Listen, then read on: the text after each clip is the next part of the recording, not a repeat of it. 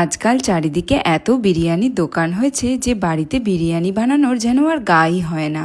আমরা যখন স্কুল কলেজে পড়েছি তখন এত বিরিয়ানির দোকান ছিল না, ওই দু একটা ছিল, আর সেটাও খাওয়া হতো কোনো স্পেশাল অকেশানে বা ওই মাসে এক আধবার। আর এখন 2 প্লেট বিরিয়ানি আনলেই 3 জনের ডিনার হয়ে যায় বাড়িতে।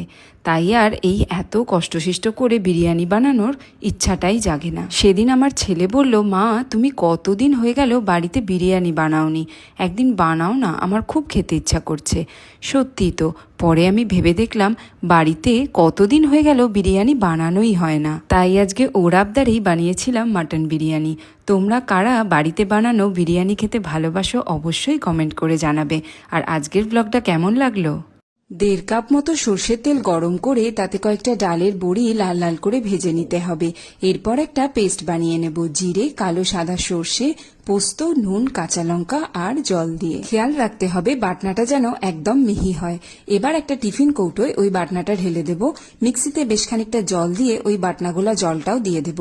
এবার দেব টমেটো কুচি, কাঁচা লঙ্কা কুচি, নুন, হলুদ গুঁড়ো, ভেজে রাখা বড়ি আর বড়ি ভাজার তেলটা, আর সামান্য একটু চিনি দেব।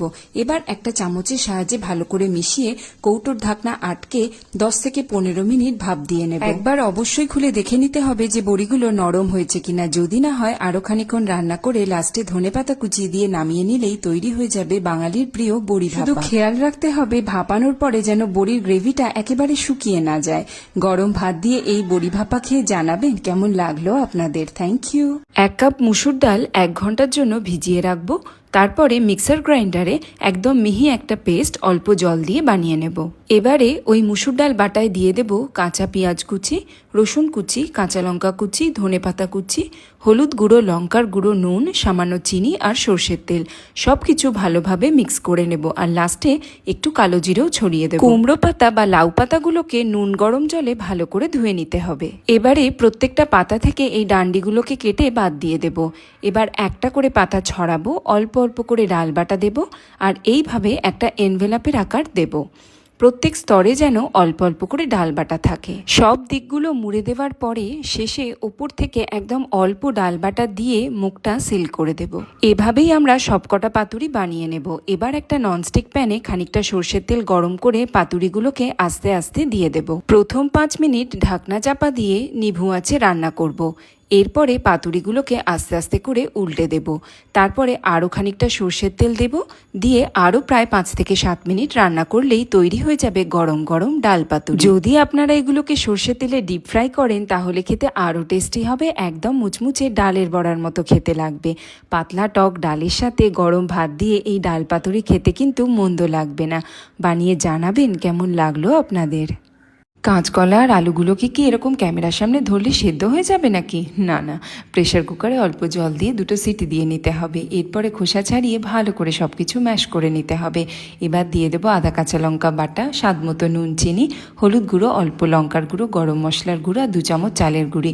সব কিছু ভালোভাবে মিশিয়ে ছোট ছোট কাটলেটের আকারে তৈরি করে কড়াই সর্ষের তেল গরম করে কাঁচকলার কোফতাগুলোকে ভালো করে উল্টে পাল্টে ভেজে নিতে হবে। এবারে ওই তেলেই খানিকটা গোটা গরম মশলা ফোড়ন দিয়ে দেবো। আদা কাঁচা লঙ্কা বাটার সাথে হলুদ গুঁড়ো, লঙ্কার গুঁড়ো, ধনে আর জিরের গুঁড়ো অল্প জল দিয়ে মিশিয়ে নেব। এবার এই মিশ্রণটা তেলে দিয়ে 2 থেকে 3 মিনিট কষিয়ে নেব। মিক্সিতে 2টো টমেটো, 2টো কাঁচা লঙ্কার 1 চামচ তিল আর অল্প জল দিয়ে বেটে নিতে হবে। তিল না থাকলে কাজু বাদাম বা মগজদানাও দেওয়া যাবে। স্বাদ মতো নুন আর চিনি দিয়ে মশলা কষাতে হবে। এরপরে খানিকটা জল দিয়ে জল ফুটে এলেই সেদ্ধ করে রাখা আলুগুলো দিয়ে 5 থেকে 7 মিনিট রান্না করব। এরপরে কসুরি মেথি, গরম মশলার গুঁড়ো আর কাঁচকলার কোফতাগুলো দিয়ে দেব। তারপরে ওপর থেকে ছড়িয়ে দেব খানিকটা পরিমাণ ঘি। কোফতাগুলো ঝোলে দেওয়ার পরে বেশিক্ষণ রান্না করব না, এই 1 থেকে 2 মিনিট পরেই বন্ধ করে দেব। তৈরি হয়ে যাবে কাঁচকলার কোফতা কারি। গরম ভাত দিয়ে খেয়ে জানাবে কেমন লাগলো তোমাদের। ঝিঙের খোসাগুলোকে এবারে ডাস্টবিনে ফেলে না দিয়ে 1 বাটি জলে ভালো করে পরিষ্কার করে ধুয়ে নেবে। এবার এই খোসাগুলোকে একটা মিক্সিং জারে নিয়ে নেবে।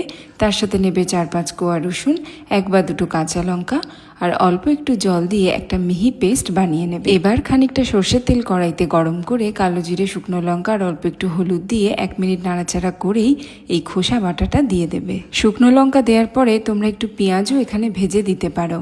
এবার স্বাদ মতো নুন আর চিনি দিয়ে অল্প আঁচে 10 থেকে 15 মিনিট রান্না করতে হবে। তলায় লেগে গেলে মাঝে মাঝে এরকম করে কড়াটা পরিষ্কার করে নিতে হবে। ব্যাস, তাহলেই হয়ে যাবে ঝিঙের খোসা বাটা। গরম ভাত নিয়ে চটপট বসে পড়ো।